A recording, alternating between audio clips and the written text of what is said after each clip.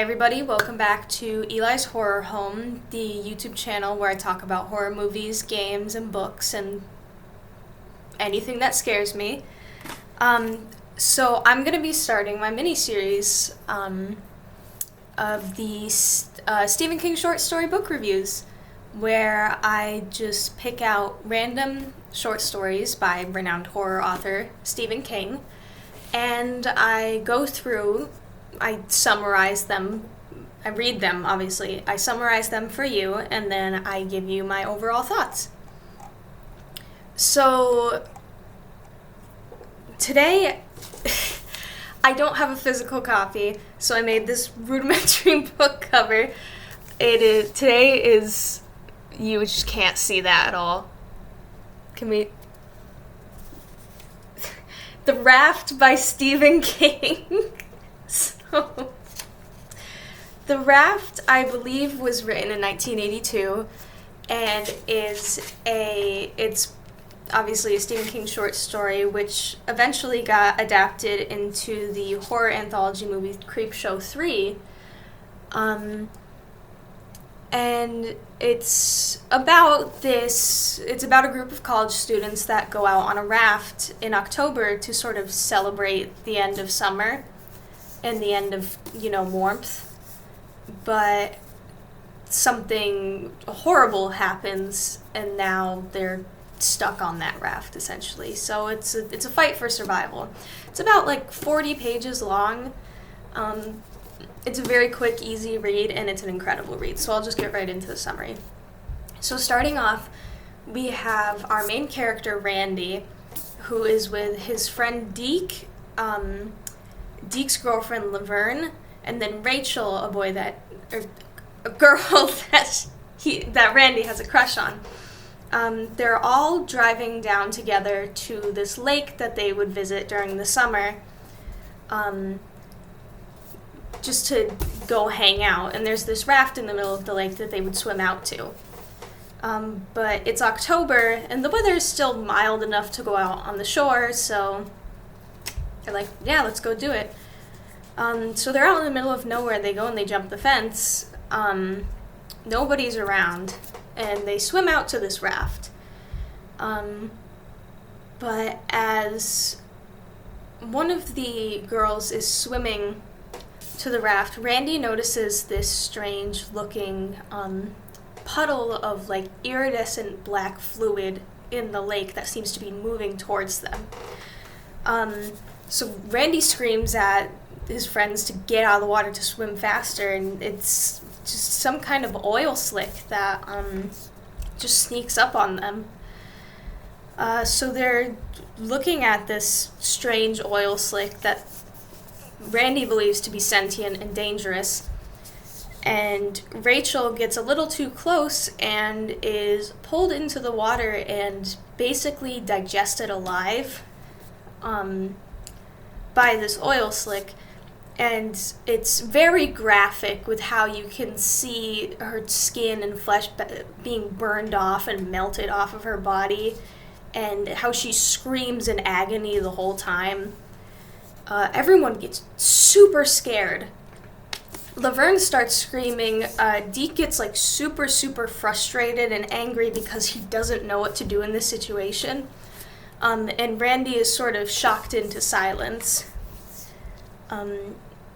And so after witnessing their friend's brutal murder at the hand of this sentient oil slick and not knowing what to do with themselves, they realize that they're out in the middle of nowhere and nobody's going to notice that they're gone. So they're essentially trapped. And then the oil slick moves under the raft. So the way that the raft is structured, this is very important, is that it's a bunch of wooden planks, and there's little tiny cracks in between, maybe like the ones that you'd see on regular wooden rafts, this big maybe. But this is very important because Deke is well, okay, now that the oil slick is under the raft, I'm gonna go jump in, try to swim to shore, and get us some help. But the oil slick reaches up through the cracks, gap like this big, grabs his foot, and begins to pull him down through the cracks in the raft without the raft breaking. In the Creepshow adaptation, the raft breaks and Deke is pulled completely under, and we don't really see much of the gore or, pain of it, but in the book, it is very, very, very detailed about how his body is essentially flattened, starting from his foot, and he dies before he's even pulled fully under because of just the buildup of just crushed bones and blood and the pressure that's throughout his body and the agonizing pain, and it's an absolutely incredibly written scene. But Laverne and Randy are left completely shocked, having no idea what to do with themselves. And so they stand on the planks in between the cracks to avoid getting caught by the oil slick. And they take turns, basically, because the sun begins to set, and now it's nighttime, and they're freezing cold, and trying to take turns staying awake so that they can avoid being dragged through the raft by the oil slick. And they have sex with each other to stay warm. And it gets very passionate, and they get lost in the moment, and Laverne's hair hangs off the side of the raft and is caught by the oil slick. Randy tries to pull her for a brief moment, but after seeing that there is no use, he pushes her off and essentially feeds her to the oil slick, and he falls asleep. When the sun begins to rise, he wakes up and narrowly avoids getting pulled under by the oil slick, and he continues to do so throughout the morning, the afternoon, and then back into the night, where over time he slowly begins to just lose his mind because he realizes that there's no escape. And at the end of the story, he essentially jumps into the oil slick because he has completely and utterly given up. So that's the summary. My God. I read this book while I was on a trip to a convention. So sitting in my hotel room at like 10 p.m., just relaxing, reading about this horrific experience of just, it boggles me. There's just something so incredible about King's writing where all I can think is, with his earliest works, how do you even come up with this?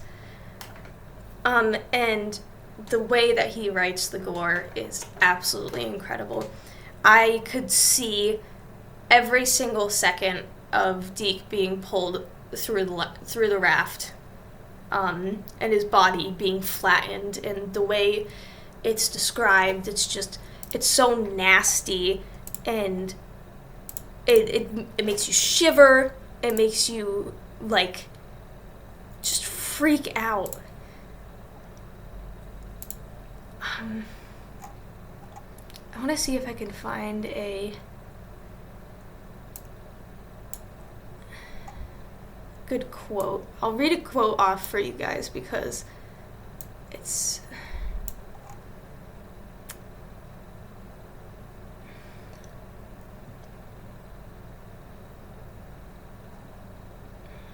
It's just, oh God.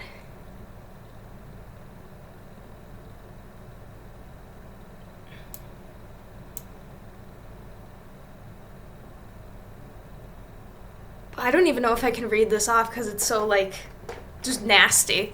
But I'm reading English, should we try? I hope you don't mind.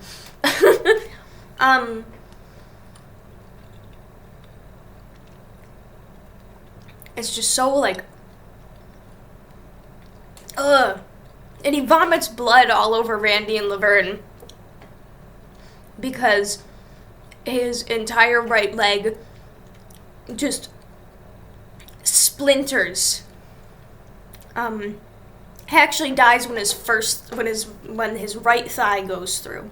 So his whole upper body is still above the water, above the raft for Randy and Laverne to see, and he's just totally dead. It's disgusting, and I love it so much. If I had to pick out a meaning from this short story, I feel like the meaning would be that you can't hold on to the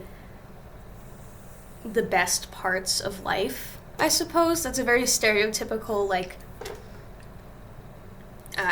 approach to take, but because of these 4 students going out to this raft long past the season for it, it ended up resulting in their untimely deaths. And it's almost like if you're too committed to something that's really in the past now, then it's going to come back to bite you or suck you through the cracks of a raft and brutally crush you. But overall, I'd give this book story. I'd say it's 4.5 stars. It's really good. It didn't blow me away or make me crawl under my bed crying and sobbing and throwing up. But I thoroughly enjoyed it.